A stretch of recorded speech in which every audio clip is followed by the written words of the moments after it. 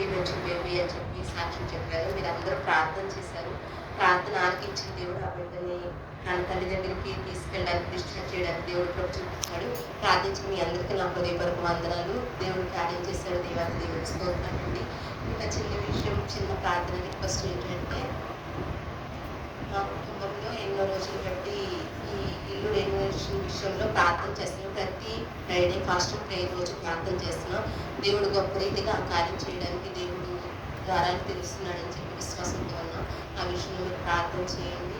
ఇంకా ఇంకొక విషయం ఏంటంటే, స్విచ్ అయ్యి అమెరికా వెళ్ళాడు.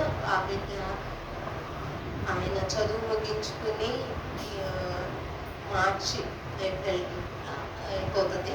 ఆ బిడ్డ మంచి రిజల్ట్స్తో పాస్ అవ్వాలని ప్రార్థన చేయండి. ఇంకా మా చెల్లి కుటుంబం వచ్చిన ఆమె హిందువులనే చేసుకుందనమాట. వాళ్ళ కుటుంబంలో మారు మనసు కోసం ప్రార్థన చేయండి. ఆ బిడ్డ కుటుంబము అంటే చెప్పడానికి దేవుని సన్నిధిలో సిగ్గుపడుతున్నాను. నేను చిన్నప్పటి నుంచి క్రైస్తవ కుటుంబంలోనే క్రీస్తుని తెలుసుకుని కూడా అని వారి కారణాల వల్ల తన హిందువులు పెళ్లి చేసుకుంది.